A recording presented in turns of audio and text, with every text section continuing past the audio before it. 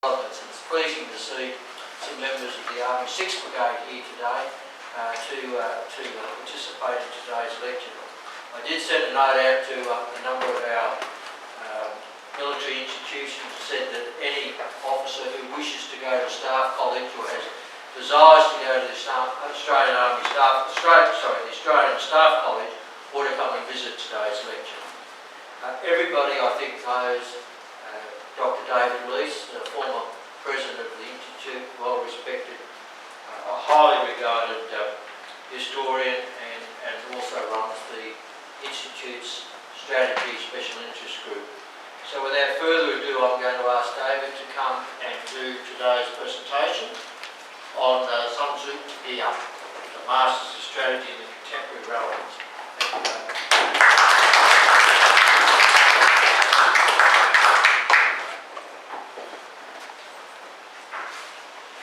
Thank you, David. Thank you, Paul. Well, good afternoon, ladies and gentlemen. I accidentally, in giving the name of the presentation to Theo to distribute, transposed Grand and Masters. I meant it to be the Grand Masters of Strategy rather than Masters of Grand Strategy. When most of my life, of course, there was no such thing as Grand Strategy, as we understand it today. I also decided to extend the talk to include Giáp because of the importance that he has contributed in the 20th century. It's customary for the Institute's first lecture of the year to be presented by one of the members. Initially, we planned to have two of our younger members present their current research projects today, but this proved to be impracticable. Instead, the Executive Committee felt it would be timely to refresh our memories of the Masters of Strategy, and they asked me to present the lecture. This topic was considered timely because our lecturers frequently mention one or more of the strategic masters, and they assume incorrectly that most of the audience will be familiar with the person mentioned. Accordingly, I will now speak from about 8 of the Masters of Strategic Thought, who tend to be referred to in our lectures from time to time. For each master, I will present a brief summary of his career, seminal writings, and the main strategic ideas, following which we can discuss their contemporary relevance. But first, we need to make sure that we are using common terminology. There are two terms that I wish to define: strategy and tactics. Strategy traditionally has been considered to be generalship, the art of war. Today it is usually considered to encompass the art and science of employing political, economic, psychological and military forces as necessary during peace and war to secure national objectives. The distinction is frequently drawn between grand strategy and military strategy. Grand strategy is the art of applying the whole of national power in the most effective way to attain national objectives. It includes the use of diplomacy and economic pressure, conclusion of suitable arrangements with allies, the mobilisation of national industry, and the distribution of manpower available, as well as the employment of the three fighting services in combination. Military strategy, in contrast, is the art and science of employing the armed forces of a nation to secure the objects of national policy by the application of force or the threat of force. Tactics, on the other hand, is the art and science of employing armed forces in contact with the enemy, the battle plan. So, while tactics focuses on the use of armed forces in engagements, strategy focuses on the use of engagements or the threat of using them to attain the object of war. Today we will focus only on strategy.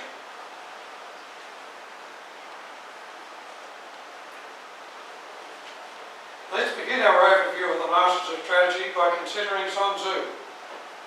Sun Tzu was a 6th century BC Chinese general, strategist and philosopher. His seminal work, The Art of War, is a classic strategic text which remains widely influential in both Eastern and Western thought today.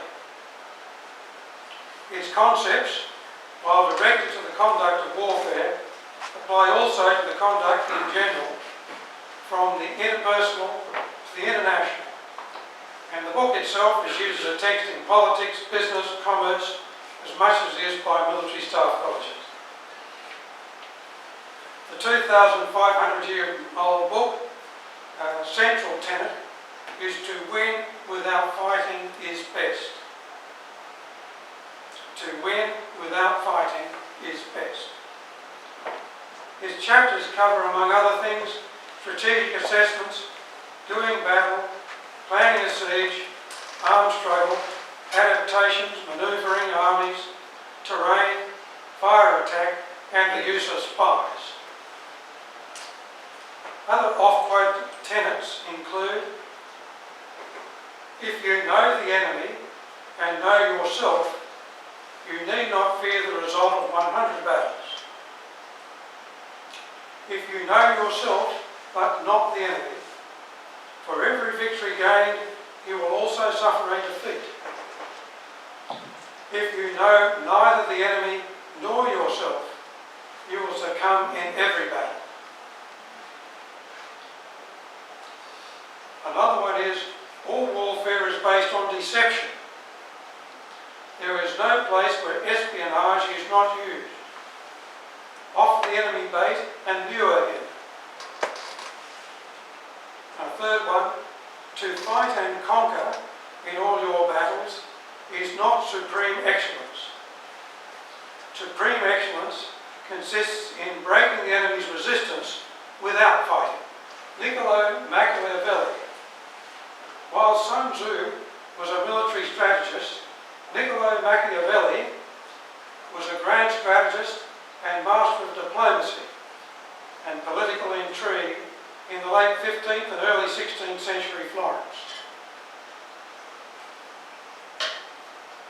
He became a senior civil servant in the Florentine Republic in 1498 and subsequently undertook diplomatic missions to France and the Holy Roman Empire. He accompanied Pope Giulius II on his first military campaign, and he organised a military force, an infantry force, to participate in the capture of Pisa in 1509. After his force was defeated in 1512, he was imprisoned and tortured by the Medici, who ruled Florence. After his release, he became a writer of strategy. His seminal work, The Prince, written for Lorenzo de' Medici, was published in 1513. His tough-minded and pragmatic approach to realpolitik, advocacy of ruthless tactics for gaining absolute power, and abandonment of conventional morality shocked Europe. But his tenets retain relevancy today as human nature changes very little. I'm now going to speak about Carl von Clausewitz and Antoine-Henri Jomini. Strategy did not become an area of rigorous intellectual inquiry until the late 18th century. Following the early elite of scientists who derived scientific laws from which generalizations could be made, two German military thinkers, von Bülow and von Behrenhorst, in the 1790s, began applying a similar approach to the study of warfare. After Napoleon's successes around the turn of the century, their work was taken up by a Prussian, Carl von Clausewitz, and a Swiss, Antoine-Henri Jomini. Clausewitz was a Prussian general and military theorist. Jomini was a Swiss army officer who became a French and later a Russian general. Clausewitz and Jomini were contemporaries, and they engaged in debate via correspondence. But Clausewitz's seminal work, Von Krieg, on War, was not published until after his death in 1831.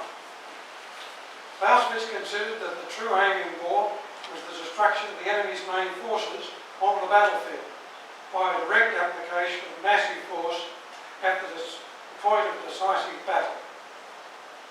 Today this is referred to as the military strategy of the direct approach. Clausewitz noted that Napoleon was able to plan the use of his army in far-reaching and fast-moving fashion, exploiting morale and willpower to achieve decisive results. He considered that Napoleon's success lay in maintaining consistency between the political and the military aims. These insights into the weaknesses of his enemies. Two of Clausewitz's oft-quoted tenets are: war is not an independent phenomenon, but the continuation of politics by different means. The second one is: pursue one great decisive aim with force and determination. Clausewitz's approach was too conceptual for Jomini. He considered that there were principles of war analogous to scientific laws that could be derived from Napoleon's campaigns. He undertook a comparative study of the successes and failures of Frederick the Great of Prussia and Napoleon of France. From these studies he formulated principles of war, such as the need to put superior combat power at the decisive point. He identified the value of interior lines in enabling one to do so.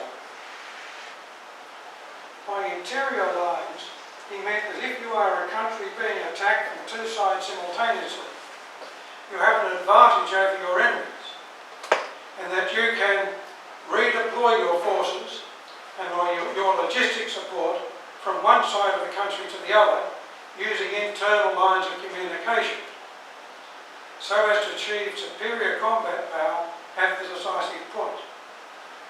In contrast, your opponent has to move his resources to the decisive point via much longer external lines of communication.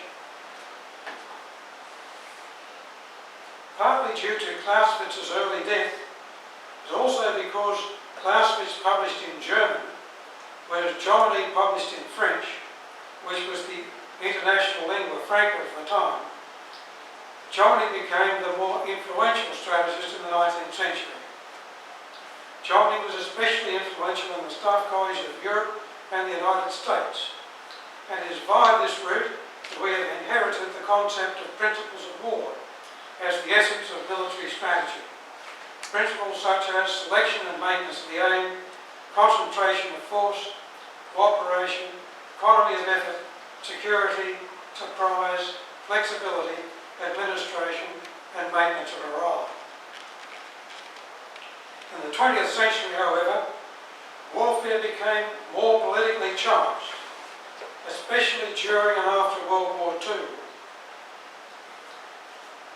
Hence, Clausewitz's teachings, with their emphasis on aligning the political and the military aims, have become the more influential in recent times, and less is heard of Jomini.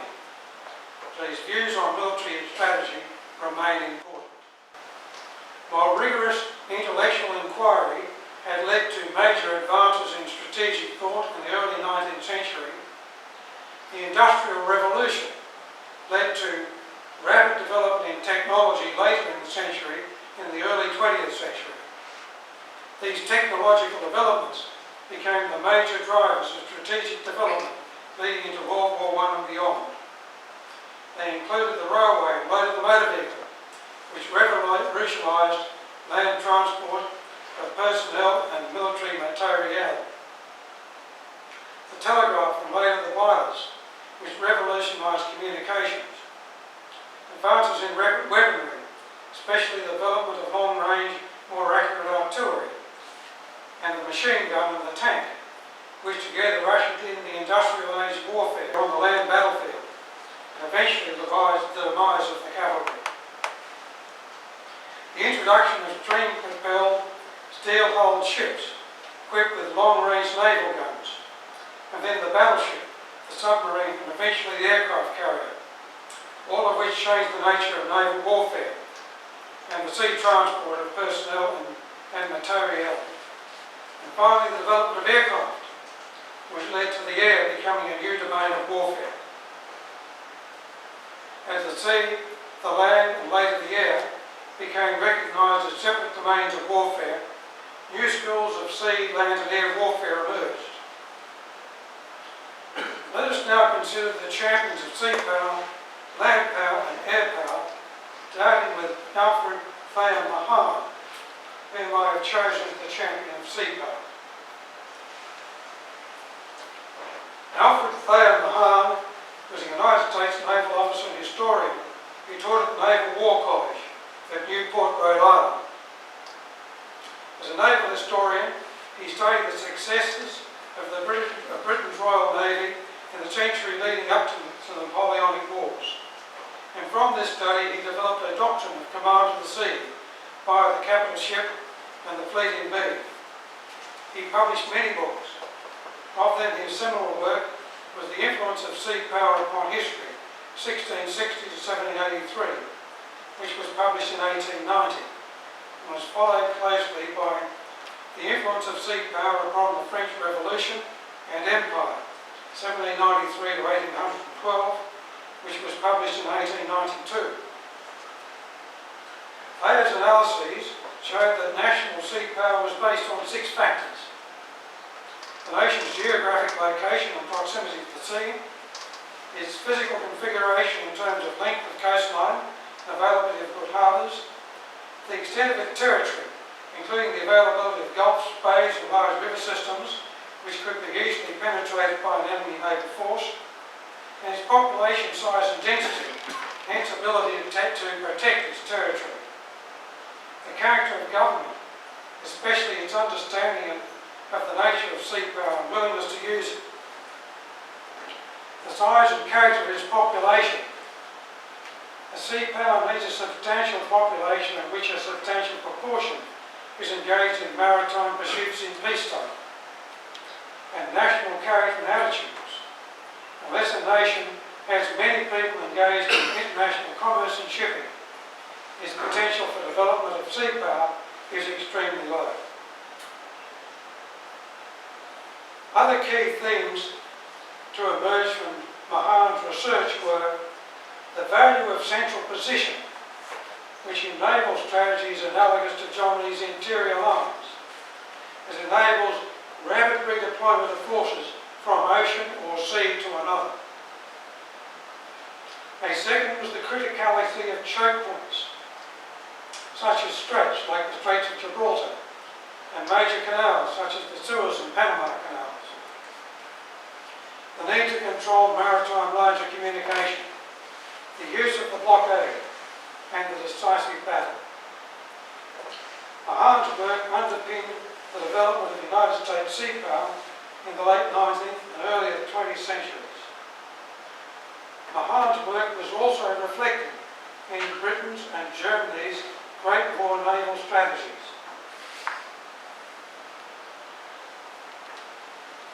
Britain's blockade of the German High Seas Fleet and Heligoland Bight. Here's Britain, this is Germany, this is the German Bight, this is more specific, the Heligoland Bight, Hamburg, Bremerhaven and Wilhelmshaven, and this is the area where the German High Sea Fleet was primarily locked up. There's some of it too in the Baltic over here, and they were locked here at this choke point, the Skagerrak mouth, a mouth into the Baltic Sea. And decisive, this is that Britain used mines to help contain the German High Seas Fleet. The German High Seas Fleet got jack of this by mid-1916. They attempted to break out. They forced a major battle with Britain's Grand Fleet in the area of the British call it the Battle of Jutland, Germans call it the Battle of Skagerrak, and the outcome of the battle was tactically inconclusive, or it did have a tactical victor. The Germans won on points, but strategically it was a major victory for the British because the Germans failed to break the containment, and they remained blocked up in that area for the rest of the war. I see fleets there.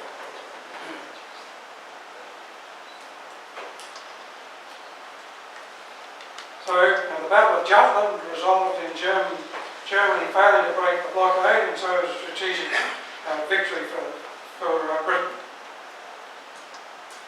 Germany then developed submarine warfare to sever Britain's marine lines of communication, especially across the Atlantic. Mahan's concepts have contemporary relevance to Australia. Potential sea power. Australia is located centrally between the Indian and Pacific Oceans, south of an archipelago with several strategic choke points. Australia is also dependent for most of its trade on maritime lines of communication which traverse the world's oceans.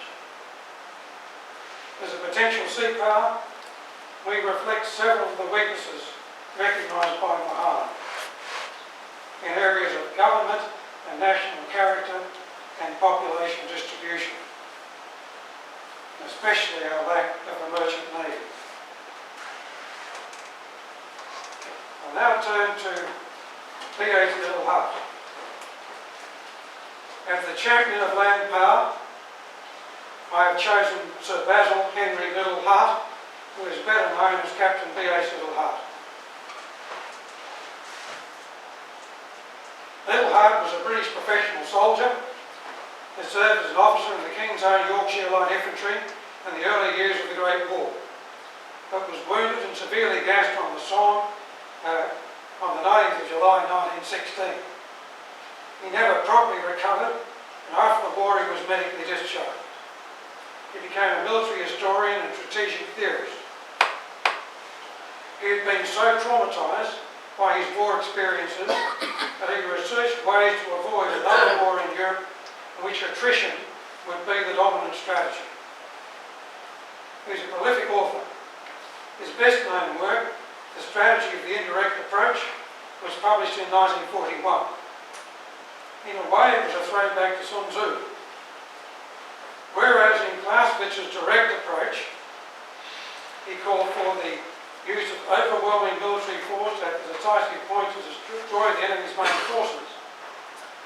Liddell HART's concept was not to seek decisive battle until the enemy had been thrown off balance or dislocated. Concentration at the decisive point then becomes vital, and the line of effort is best directed to the line of least resistance. The indirect approach is particularly suited to small armies likely to be facing an enemy of superior strength, and therefore is particularly relevant to us in Australia. But Liddell HART's land power legacy is arguably equally in his contribution to the direct approach. He was strongly influenced by the success of the tank in the later stages of the Great War, especially the employment of it in all arms actions as at the Mill, at Amiens, and in the final 100 days offensive. Opposed to the frontal assault, he favoured mobile armoured warfare. In this he differed from his British contemporary, Major General J.F.C. Fuller. He favoured tank-on-tank engagements. Rather, Liddell HART favoured all-arms columns, led by tanks, but supported by mechanised infantry and self-propelled artillery, accompanied by close air support. He formulated these concepts between the wars, and they were implemented not by the British, but by the Germans in World War II. He referred to the strategy as Blitzkrieg, or lightning war. Blitzkrieg was intended to bring about swift victory, while limiting casualties and expenditure of ammunition. Whether the Germans adopted Liddell HART's teachings or independently arrived at the same strategy by trial and error is debated. After the war, General H.W. Guderian, the successful German panzer commander, in France and Poland seemed equivocal on this point when writing in German, but in English translations seemed to acknowledge that he had followed Liddell Hart's teachings. Whether or not Liddell Hart was the major influence on the Germans' adoption of Blitzkrieg, he was the person who best articulated the concept as a strategic theory, and he did so ahead of it being validated in World War II. During the subsequent Cold War, it was adopted as land strategy by both NATO and the Soviets, and the Americans subsequently employed it in the opening phases of both the First and Second Gulf Wars. First one, of course, 1991, and the second one in 2003. Although they didn't call it Blitzkrieg, they preferred to call it shock and awe. GIULIO DOUHET. As the champion of air power, I have chosen GIULIO DOUHET. Douhet was an Italian army general during the Great War. Like Liddell Hart, he became disillusioned with trench warfare. He was impressed by the German long-range heavy bomber raids on England in 1917. He wrote a long memorandum to the Italian War Minister, in which he proposed breaking the stalemate on the Austrian front by launching attacks on Austrian cities with a fleet of 500 bombers. For his troubles and for bypassing his superiors, he was court-martialed and imprisoned, but was exonerated after the war. He published his seminal work, The Command of the Air, in 1921. It was a visionary conceptualisation of the potential power of mass strategic bombing.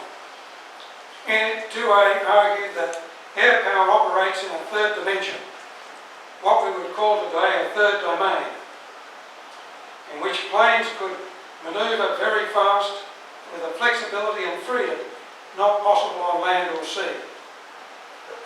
Strategic bombing of an enemy nation using high explosive, incendiary and gas bombs would have both a destructive physical effect and also a terror effect if it were to target population centres as well as ports, heavy industry, critical transportation infrastructure and the like.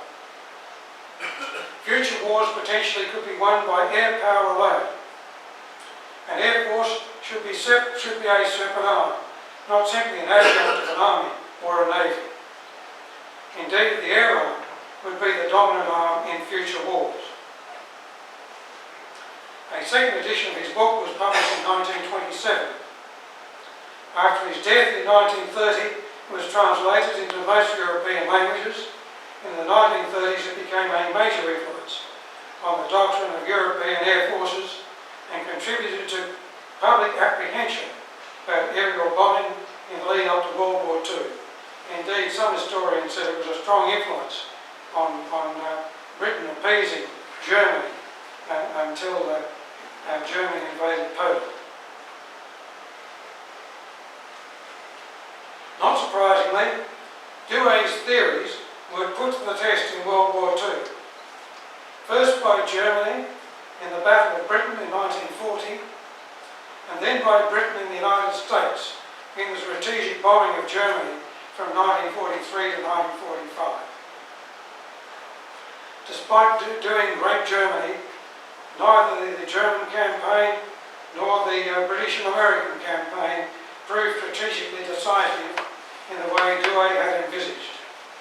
Not even the firebombing of Dresden in February 1945 broke the German people's will. Rather than becoming witless from panic when bombed, the morale of civilian populations seemed to rise and national cohesion increased. The United States also tested the theory in North Vietnam in the 1960s and early 1970s with similar results, and again without strategic success. Today, most strategists view strategic bombing as but one of a range of tools at their disposal.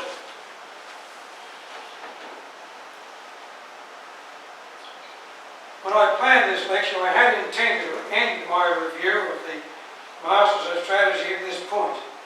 But during its preparation, I decided that there was one other person I should not overlook, Giap. Both of his strategic thought and practice, and for its contemporary relevance. World War II ended with the dropping of 2 atomic bombs on Japan. The culmination of the strategic bombing campaign, they became the straws which broke the camel's back for Japan.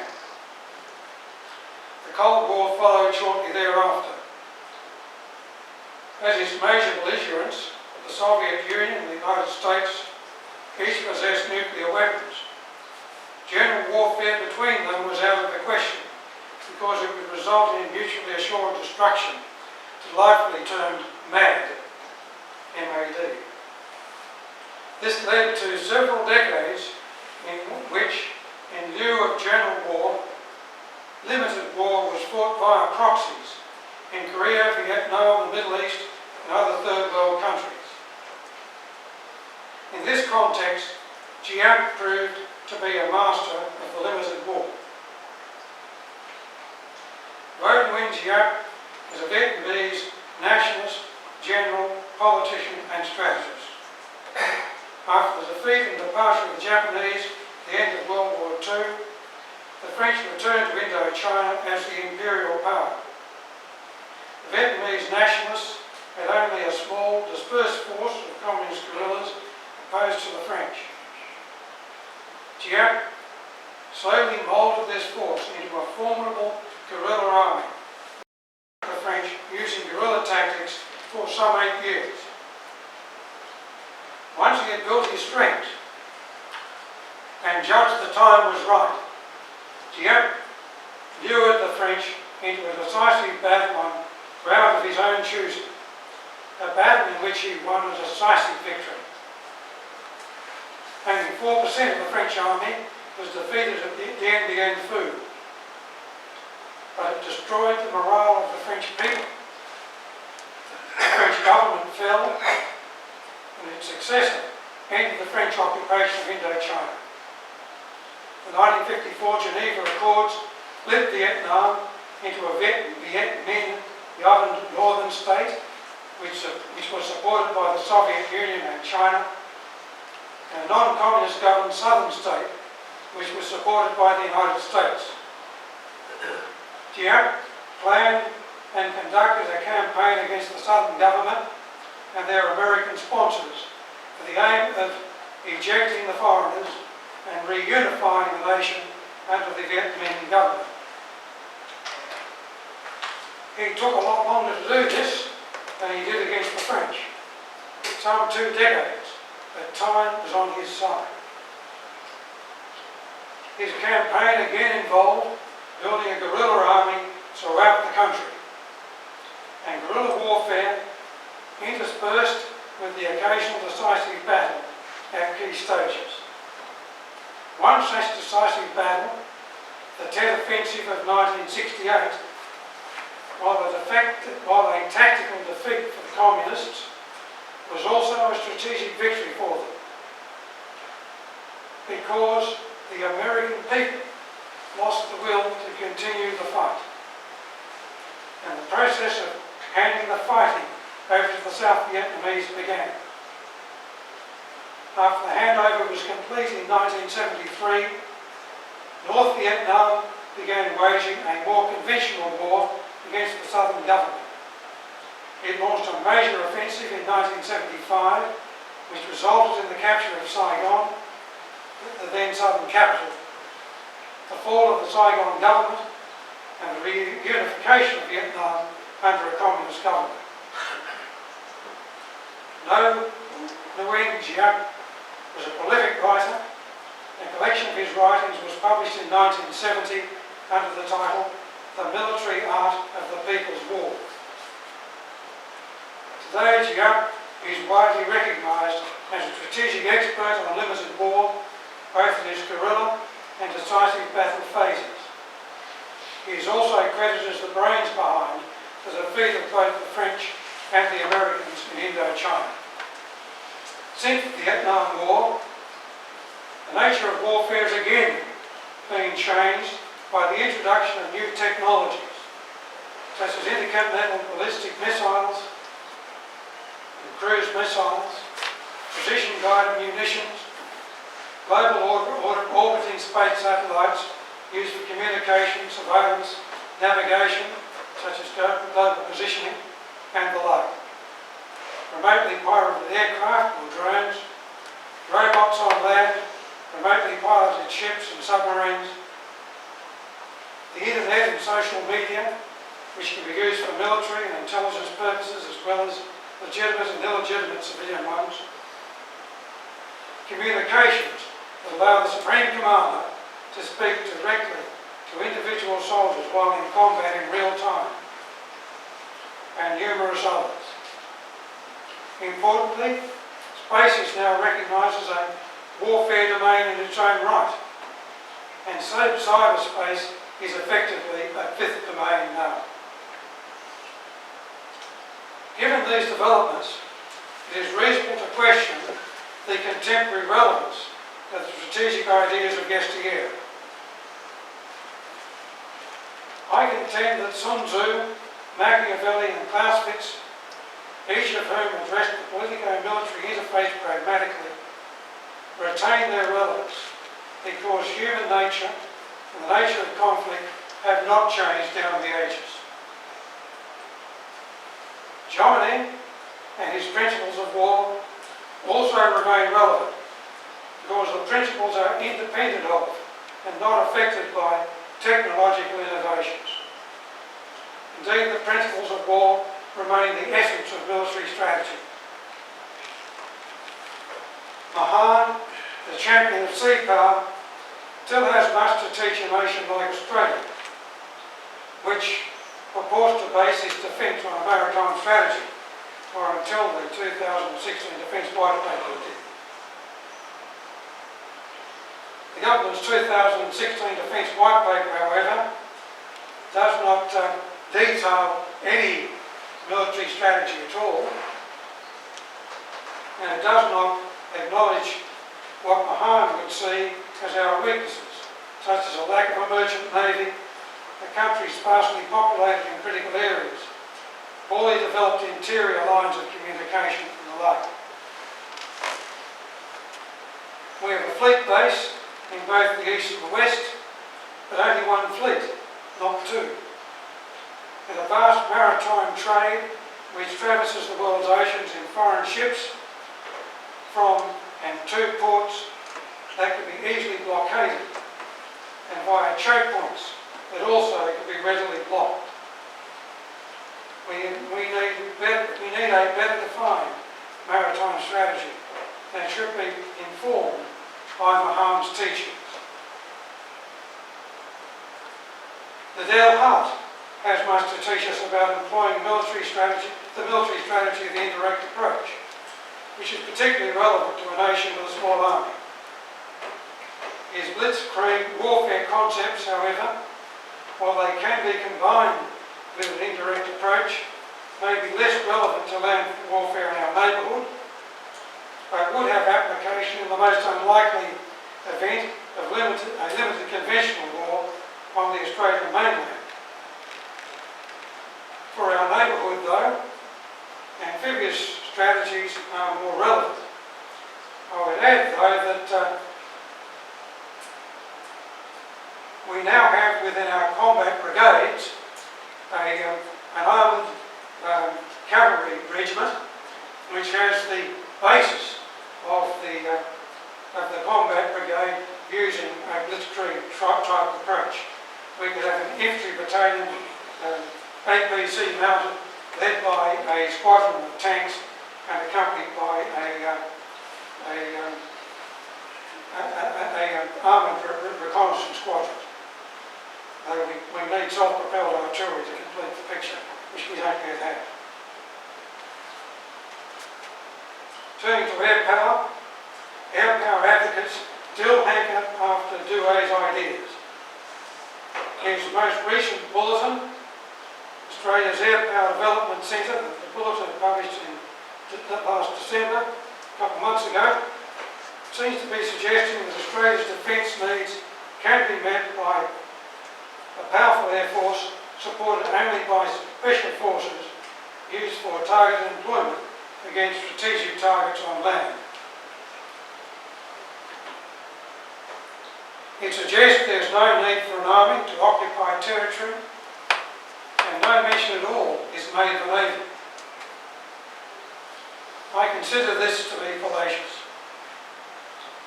A strategic strike capability delivered by suitable platforms, which could be satellites, aircraft, missile artillery, surface ships and or submarines, certainly must be an important part of our defence and deterrence capability.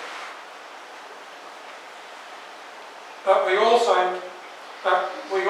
need to be able to defend our critical infrastructure, protect our population centres and our maritime and air lines of communication, and undertake peacekeeping and disaster relief tasks, among many other requirements. These definitely require an army and a navy as part of the Defence Force. Strategic air power is but one part of this mix. Finally, if we are to understand limited and asymmetric warfare, be able to deal with terrorism, guerrillas and revolutionary warfare, then we need to take heed of Giap's teaching. In particular at the grand strategic level, before committing to a revolutionary war abroad, our political leaders need to be willing to commit to a very long campaign of counter-revolutionary warfare, in full recognition of the likely political and psychological effects at home. A sensible grand strategist would recommend against it.